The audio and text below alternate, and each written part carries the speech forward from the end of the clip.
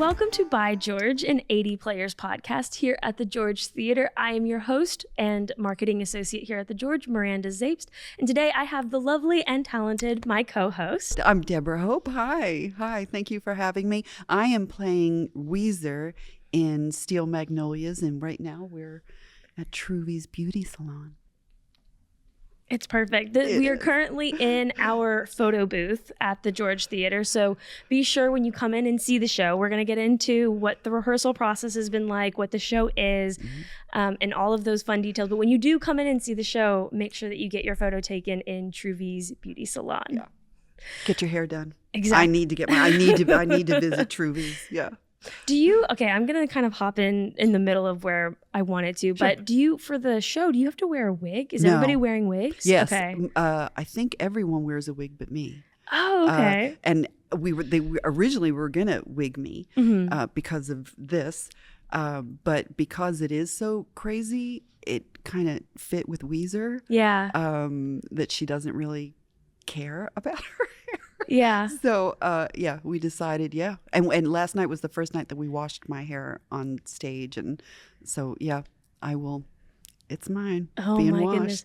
And so it's genuine on stage. Genuine washing, conditioning, rolling. Yeah, I'm having it done. Wow. I know. That's incredible. It's not my first time at a salon rodeo on stage, though. This is my second time getting my hair washed on stage. Really? What was the first show that you did? Sheer Madness at Stages. Oh, awesome. So every night I got my hair done and rolled. Yeah. Do they warn you? I mean, is there any side effects to washing your hair every day? Yes. Okay. Well, yes, because I also have some color in my hair. You may not believe that. It'll dull it. Yeah. So I usually wash it every 3 days. Now it'll be every day, so I'm going to have it. And we have a wonderful hairstylist here, Sharon from Bliss Hair Studios. She's helping. She'll make sure that my hair is in shape for after the show. Yeah, perfect. Okay. Yeah.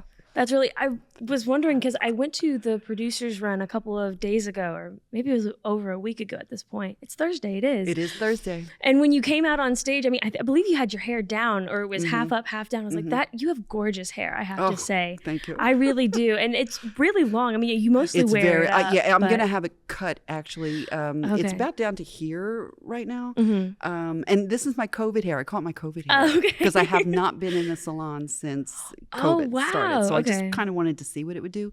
So it does that. It's down to there, but it's so unruly that Sharon's going to trim it. So probably take about 3 inches off, and it'll be more manageable when they wash and set it. And, I see. Yeah. Perfect.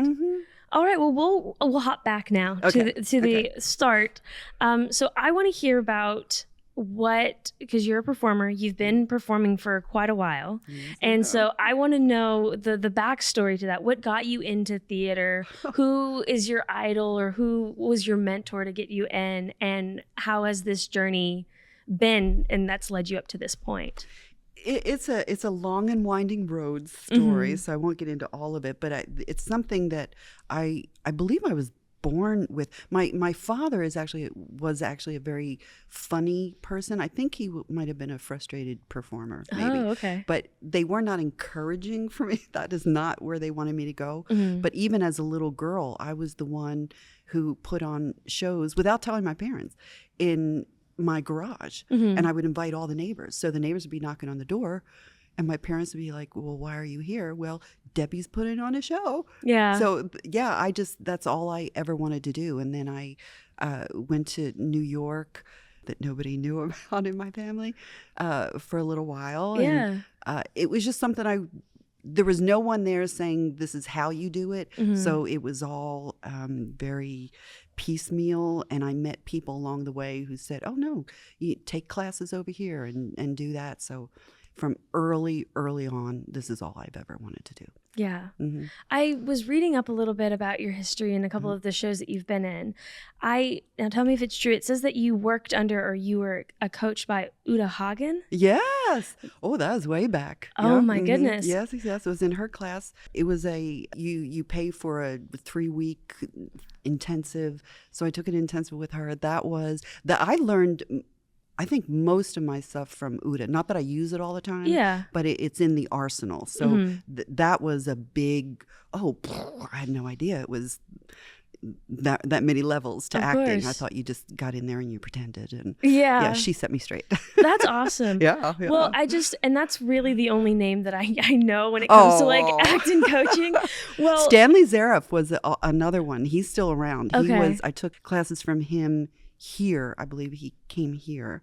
He was another big influence where just you think you know what you're doing, and then you're with somebody who really knows what they're doing, and listen to your teachers, listen to your directors. They know everything. So I'm still learning. I learn from the people who are coming up now, from Sam Houston, or from coming from wherever, because they're also learning new techniques. So yeah.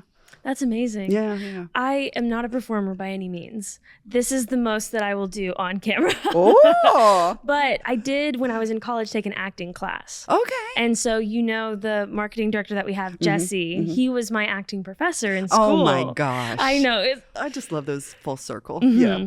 And so Where'd you go to school? I went to Houston Baptist University. Okay. So just right down the street. Yeah. So it's very, everything that goes around comes around. Yeah, right, yeah. But one of the books that we had to read was Uta Hagen's. I forget the title. Art of Acting, I think. Wait. Yeah, let's go with that. Okay. Yeah. I'll fix it in post if it's wrong. Okay. Yeah. But no, I understand what you mean. It, again, because I'm not a performer, but going into it thinking, it's just people are just playing pretend, and you say the words, and to see the method behind it and all of the technique behind it is incredible and world-shattering. I remember doing a show. I didn't have a starring role. I think I was in the chorus or something. And there was and I was young. I was probably still a teenager. And there was a grown man who was in the role of whatever the show we were doing. And we had turned around and we're walking upstage. So now nobody's watching us because it's not about us. Yeah. And he leaned over in character, I realize now. Yeah. And he had said something in character, and I looked at him like, what are you doing? But nobody's been watching us. Like, why are you still, like, that's so weird. Yeah. I'm sure he was looking at me like, why are we with these people who don't know what they're doing? So it's those rookie mistakes where you're thinking, well, nobody's watching me. Yeah. So and I taught too. I taught little kids, and that's the thing where you see someone and they're in it and they're doing it, and then they walk away from their mark, and then they're them again. And it's like, no, don't lose the character. Not until you're completely like out of. Well, sometimes I still have the character. I have to de-roll in the car on my way home. Oh, really? Yeah, because the character's still with me. Yeah. Yes. Mm-hmm. What's it like playing Weezer? Would you say that you resonate with the character? I'm going to say no. I'm sure my friends will say yes. She has a line where she says, I'm not crazy. I've just been in a very bad mood for 40 years. Yeah. I think that kind of sums it up. She's just been disappointed over and over. She keeps trying. She is still living her life, but it's, I can relate to the disappointment and I don't have that much anger in me, but I can certainly drum it up when it's called for. Exactly. I'm sure there's some experiences you're pulling from. So there's a lot of things that I relate to with her. And certainly the relationship that I have with Clary, who is played by Teresa Nelson, and we're already friends. That's awesome. So that's really fun to be with her, and we can be our characters, but we're trying not to be Shirley MacLaine and Olympia Dukakis. We're still being the characters that we've created, but it's really helping a lot. It's very fun. No, it's nice when you can get to work with your friend. Well, that's awesome. How did you come to, because I know this isn't your first performance at the George Theater. No, this is my second. Okay. Yeah, very happy they asked me back. Thank you. Could you tell me a bit about what it was like your first time here at the George? What was the previous show that you were in? God's Favorite. Okay. Which was amazing. That was an amazing show. The star of the show was the set, I think. I think we were all fabulous. Absolutely gorgeous. It was a mansion in Long Island. Stunningly beautiful set. They close the curtains in intermission, and when they open it up, it is completely destroyed by fire. Oh my goodness. It's smoldering, and it is nothing but the black ash and the and we would, all of us would come out to the wings when the curtains opened so we could hear the audience, and it was always either an ovation but you always heard the So yeah, that was, and how they treated me. You're treated like a star, and everybody's so supportive. It's very happy to be back. Wonderful experience here. That's amazing. Yeah. I want to know, were you asked to come back, or did you audition for the role? I auditioned. Okay. Yes. I wish I didn't have to audition anymore. If anybody's, because I think that people, especially when you get to a certain age, you think, what have you not seen me do? I think so. I always wish that when they cast, they say, oh, okay, here's my list of the people that I absolutely want to see. Of course. That you don't have to look for the thing and say, okay, I'll audition. But it still keeps you on your toes, and I like to go in my auditions in performance mode. Yeah. So to me, it's just a little, it keeps the juices going. It keeps those wheels oiled, you know what I mean? No, of course. Yeah. I was just wondering, again, because you'd been at 80 Players before, and I was looking at your repertoire and everything that you've done. I mean, you've been in Houston, you've done New York, and so I had wondered if they had reached out to you. I worked with Leslie before. She has directed me in another show. Oh, okay. So I might have been on her list. I hope I was on her list. But again, it was you called in to audition. They didn't ask. No, of course. Yeah. Which makes it fair for everybody. So it's not absolutely. You know. No. But as the actor, it's like, please just call me. Yeah. Just call me. It's clear you like me. We've worked together. I can do it. I'm fearless. Yeah. I can imagine the stress going through that each time. And every actor goes through that stress and that, that's stress. It is stressful. It really is. And especially when you go into a room and you see 20 people who could do what you're doing. It's not like, and there's been times when I've gone to auditions going, oh no, I can beat that person out. I could be better than that person. Yeah. And you have that confidence. But then you get into a room with all the people you've either worked with before or you admire their work or you've stolen from them with stuff they've done. That's when you get very intimidated. Like it could go in any direction because this is a city that has amazing actors in it. Well, that's the next thing that I wanted to ask you. What has it been like? I mean, you've worked in a couple of different cities. What is the Houston city theater life like? It's so tight-knit community here. I mean, it really is. When somebody had said, and I forget what context it was in, but they had said something about, it's so hard to get into the circle. Well, the circle just keeps expanding. It is not hard to get into the acting circle. Yeah. Because you just keep making room and just keep making the circle bigger.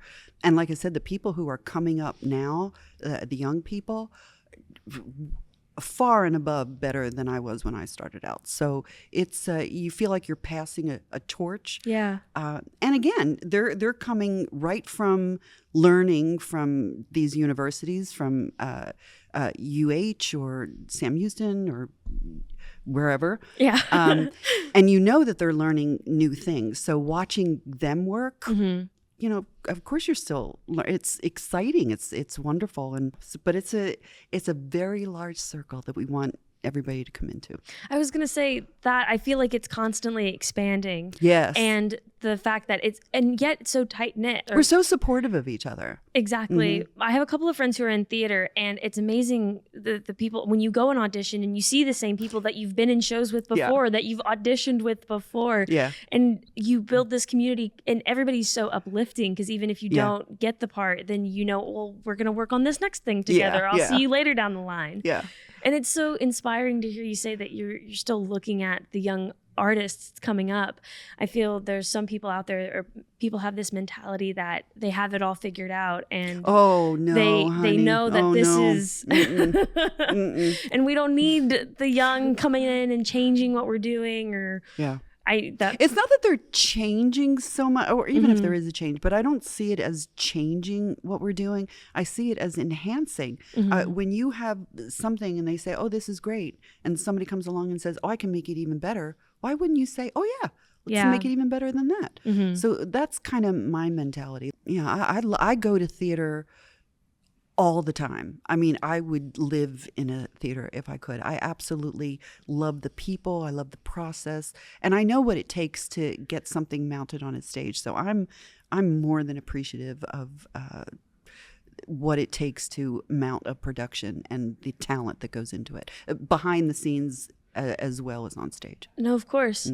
Could you speak a little bit, knowing all of these roles and everything that goes into it? This show, Steel Magnolias, it's an all-female cast. Yes. We have a female director. Yes. We have a lot of production staff that is also female. Could you speak a little bit about what it's like being a female in theater and your experience coming up as a performer? I will say, I don't want to say anything negative, I will say that it's better now in the last few years since the Me Too movement than it has ever been. There's and I think it's, who was it? Amy Poehler, who did the actress on SNL, and she played the older, this is what it was really like. I think so. I laugh at that, but it's true. I mean, I've had some experiences that you can talk to your female friends about. But you can't talk to the director about what happened. You can't talk to anybody in the production what happened because you're the one creating the problem. And that's how it was. So you learn to keep your mouth shut and be a team player. That was always a big, let's be a team player. It wasn't so much, it was about the product and not about the human being that delivered that product. It is completely different in my experience in the last few years that I've been doing theater, and a refreshing, amazing experience. So, and of course now there's intimacy coordinations, and which I've also started taking classes for. So it's just a whole different ball game, and you are the men who are witnessing it, especially the men, let's go back 20 years, who you would say something in a room to and they would mock you for whatever it is you said because you felt a certain way. They're learning because they're learning to shut up. They're learning to listen to why it's the way it was or the way it is or why I feel is valid. So I feel like we're helping a whole community of people, not just the women, and I'm very, very appreciative. Yes. I've talked to people about it in past episodes, and as well, I mean, it's a constant conversation with my friends. I come from a filmmaking background. That's what I went to school for. I know that you've also performed. You've also done film as well. And it's nice to see that the wheel is slowly changing. Yes. Yeah. It's slow. It is slow. But that's okay. As long as it's forward movement, exactly. I'm okay. A lot of my female friends, I mean, we have the mindset for producer roles or AD roles and things like that. And so to work on sets where we see these roles dominated by male figures and then us coming in with our own projects and having female leads, it's a nice change of pace. And it's nice to see that this generation that's coming up, that we're more open, it's more welcoming, and we're more inclusive. I like that they'll know that that will be history, that it's something they're going to read about or learn about what it was, and it's going to be foreign to them. That will make me very happy that they won't have that same experience, and but know your history. Yeah, of course. Yeah. So talking about women empowerment and taking this lead, Steel Magnolias is a very, I mean, again, it's an all-women cast. It's a woman's told story. Very strong women characters. Yes, all. Handling the ups and downs of life. Could you tell me a little bit about what that story means to you? Had you ever seen the movie before? Had you ever been in the play or seen the play before, and what it's like now being one of those characters? I have never seen the play. In fact, I was surprised that when I read it, that it all took place. There were no men in it. I didn't realize that. And that it all took place just in the salon. There's no other. Because I watched the movie. I've seen the movie many times. I refused to see the movie once I started auditioning for this because I didn't want to be a caricature of her. Of course. Who is brilliant. So I know people are going to say, oh, well, she's not Shirley MacLaine, but I want them eventually to go, oh, it's her own character. Exactly. So that's, yeah, I love the movie. I love and what I realize is that because there's one character, Annelle, who comes in who you think is not strong. But then when you hear her story, you realize that the strength it took for her to get out of what she was in. I was in a situation like that. It took more strength to get out of it than to stay in it. So it's there. You don't think it's there, but then you see her. She has the most growth in the story. So it's just really good for everyone, but especially young women, of course, to see this, because it's all about love. It's all about familial love and maternal love and friendship and unrequited love and lost love. It's the whole thing is about love. And I think that women are not that we're more capable of loving, but we've been conditioned or trained to be more demonstrative. We are they call us the weaker sex, which is hilarious. Right. But it's only because men want to be stronger. So, you find out a lot about life. You find out a lot about human emotion and what people go through. And it's universal. It's a fabulous fabulous story written by a man, which is very fascinating to me. Yeah, I believe. Oh, my friends and I were looking it up the other day that the story was written by a man, but it was adapted by a woman. I think for the movie. Is that right? I think so. Oh, I didn't know that. I think that's what it was. Oh, very smart. Exactly. That's what we watched. Although he lived it. I mean, he's writing what he knew. No, of course. Yeah. So. So that's fine. But I like that there was a woman who was like, let's tweak a couple. Well, just to put that final spice on top of it, I really think that all of the relationships, because we have all of them, we have the friendships and the mother-daughter relationships, the familial relationships, the outsider who comes in and is immediately accepted into the circle. Exactly. We'll just keep expanding the circle. Exactly. It's a wonderful story, and I love how it's so funny, and so you're laughing one second, then you're crying the next second. There's even a line. I just laughter through tears is my favorite emotion. Yes. So it's my favorite emotion too. No, but it's a really inspiring story, and I'm really glad that the George is putting it on. I am too. I'm very happy. Yes, it's a very easy sell. I found being in marketing.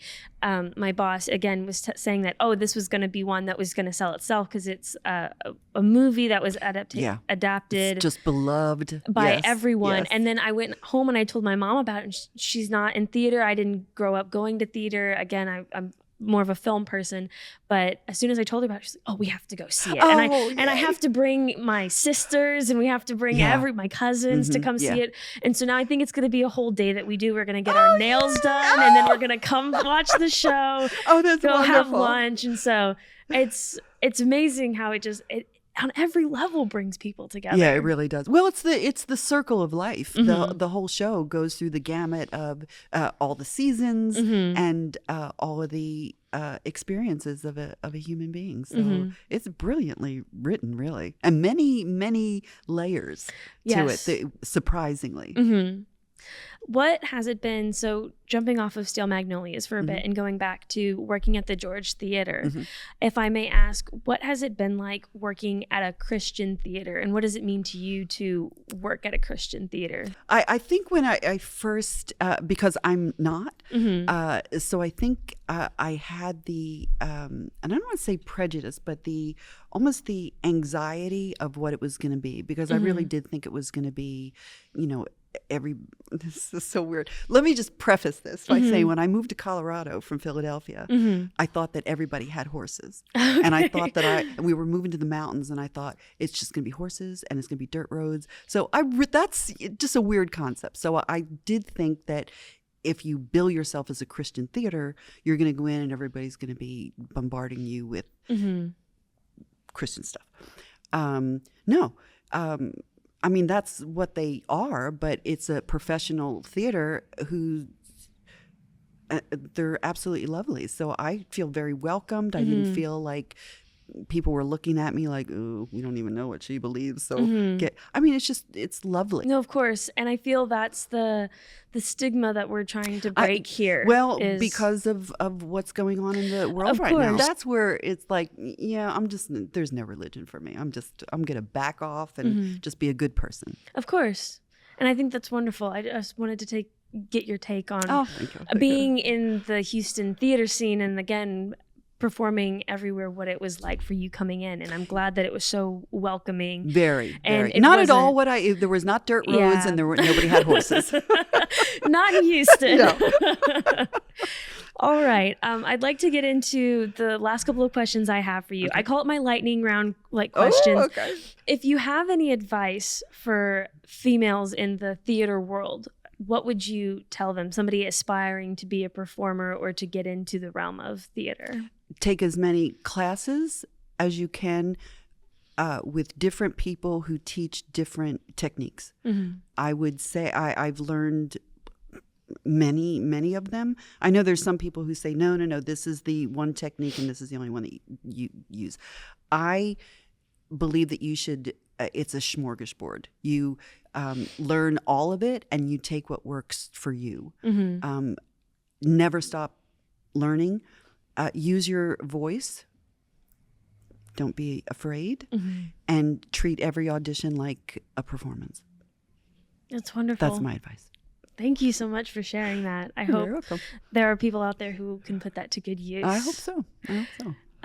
Again, so Steel Magnolias, it takes place in a beauty salon. So I'm going to ask you, do you have any, it's a twofold question. First, I want to know, have you had, what's your biggest mishap that you've had on stage? The biggest and most memorable. I've had so many. So many. I was doing Miller Outdoor. We were doing Shakespeare in the Park. Okay. And I was Titania from Midsummer. Mm-hmm. And gorgeous set. Absolutely beautiful. And Titania's world was over on this side. And everything else was over on this side. But this is where she lived, and this is where her fairies were, over on this side. Yeah. I was on that side because I had to run around for a costume change because I'm playing Hippolyta, and so I'm taking that costume off, coming around and coming in for Titania. And all my fairies are there at the bower waiting for me. And we're mic'd. And I'm over stage right, and I'm talking to Debs Ramser about something that I think had to do with the costume, I think. And so we're talking, and I can hear the fairies over there on stage saying lines that I'm supposed to be saying with them. And I went, and to run all the way around, they've already started their lines. I can't do it. So I come walking onto stage this way while they're all over here doing their lines. And of course, we're mic'd, so they don't know where the sound is coming from. Yeah. So they're all looking over there, and I'm coming off. It was so awkward. Yeah. The same show, because it's in the summertime when you do it, when I'm one of the costume changes was on stage, and I have this really heavy 20-pound red velvet cape with a hood. Hot. We hadn't, I don't think we opened yet. And we were rehearsing with that on. And to put the cape on, it's 110 degrees outside. I didn't have that hood on for more than, it wasn't even 60 seconds. And I felt everything just. No. So almost passed out. I think so. Probably Debs Ramser cost me. I don't know. Yeah. And they had to put an ice pack. Oh my goodness. For that 1 minute that I have that cape on, and then I take it off, and then I'm Titania again. But that was pretty crazy.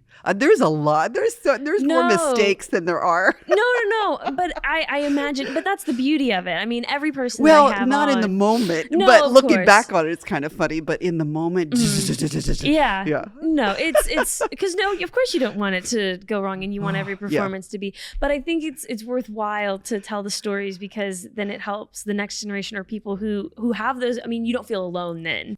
So next question. being in a beauty salon and this being an all-female cast, do you have any beauty tips or beauty hacks? Do I look like? Well, I just wanted to know. No. I have none. My grandmother is so funny because I would go someplace once a year or something. Somebody would give me a gift. Oh, maybe that was a sign. Give me a gift to get my skin done. Like you could. Yeah. Now I'm saying it out loud, but you're like, you need help. But they would say, okay, so what is your beauty regime? Okay, don't have a regime. Well, what do you wash your face with? Well, I only wash my face when I shower, and then I use soap. And what do you moisturize? And I think it's Pond's or something like that. Well, what about your eyes? No. And what about the? No. I don't do any of that. So I disappoint so many estheticians because I do nothing. I was wondering, again, I said beautiful hair, and I wouldn't know had you not told me that you did not have a full hour-long skincare routine. My sister who was an esthetician, she just retired. We went for a overnight, I forget where we were. And she had her car, and I had my purse. I think that's all I had, because maybe I had something in my purse, to wear for pajamas or something. So she opens her trunk, and she had 2 giant suitcases for overnight. So we were kind of making fun of her, and why do you have this? And she opens it up. Mostly it was beauty products that she was, no, I have to do this to my skin. I have to make sure I have this. She rolls her, although she did, I'm doing that face yoga. Oh, okay. So she sent me that roller for your face for that. But no, that's way too much. That's fine. Yeah. It was just, I wouldn't have known. You're gorgeous. Oh my God. We've come to the end of our episode. Oh, no. I know. I'm so sorry. But my last question for you and for our audiences out there, do you have anything planned for after Steel Magnolias? Where can we find you? Any more content that you are creating? Yes, I am creating contact with Joel Sandell. We do our card takes with Joel and Deborah. So I hope you check that out on YouTube. And we go to all of these shows. And the reason we call it card takes is because it's our first impression when we come out. We don't think about it. We don't discuss it before we get in the car. We get in the car and we talk about what we saw and what we loved about it. All positive. In fact, if there's a show, which I think there's been 2 in 2 years, that we didn't like, we just don't do it card takes on it. So it's always, why should you go to the theater? Let's get more people to the theater, get more school kids interested in theater. So that's our mission. I don't have a show lined up, so if there's any directors out there. She thinks I'm beautiful. So. I do think she's beautiful. I think she's talented, as well as everybody that we have in our cast coming up for Steel Magnolias. Oh, it's such a good cast. Are you going to say who the cast is? Because it's amazing. Here, I can cheat for us because I made a post for it. Oh, good, yeah. Because they should all be mentioned. No, and especially Kristen coming in at the last minute. Yes. God bless her. Yeah. Could you speak a little bit to that? What the process has been like bringing her in so last minute? I mean, have we missed a beat with rehearsals or anything? We missed it. We missed 2 beats. We missed a beat because of the weather, but we did a Zoom rehearsal. Okay. Which is always weird because you have to, but still, it was good, and we got together. Michelle Elaine, who I did POTUS with, who I was so excited to work with again because she's amazing. She, after one of our rehearsals, Leslie Swackheimer, who's our director, said, okay, well, Michelle has an announcement. And I truly thought she was going to say she was pregnant. That's what I thought the announcement was going to be. So I was kind of excited. Well, I have an announcement to make. Okay, well, I'm leaving the show and going on a tour. So everybody's going, oh my God. And I'm the only one going, I'm so bittersweet. I'm so happy for her, and just, oh my God, so much anxiety. But then I realized, well, I'm not the director. She's the one with all the anxiety. So let me just, be supportive. And Kristen came in that day, again, freezing cold, went to rehearsal that night, and we met her for the first time. Michelle was there with her for a couple days to show around, and she took notes. She's so talented. She's very good. Different Michelle, but once you see what she's bringing, it's like, oh, okay. It's like the people coming up. It's never going to be one type of performance. You're going to have a different actor. You're going to have a different vibe. Her vibe is fabulous. And we were all really, she was family as soon as she came in. Of course. So it was a very weird, bittersweet experience. So happy to have Kristen. So sorry to lose Michelle, but my gosh, what a great opportunity for her. So you're not going to go, oh, you have this opportunity of a lifetime. Yeah. No, you can't. Yeah, right. No, yeah. you have to. You agreed. You're here. No, but and it did make us wonder if there was another theater. Speaking of AD players, if they would have allowed her out of her contract for that. I would like to think that they would have, but I know that there's some that would have been, you signed. No, of course. Yeah. And obviously, I mean, I had heard about it when it was first happening around. And so it was obviously she can't pass up an opportunity like this. And so I was very grateful. I mean, I'm sure everybody that we were able to let her out and have that. Yeah. So she could pursue that.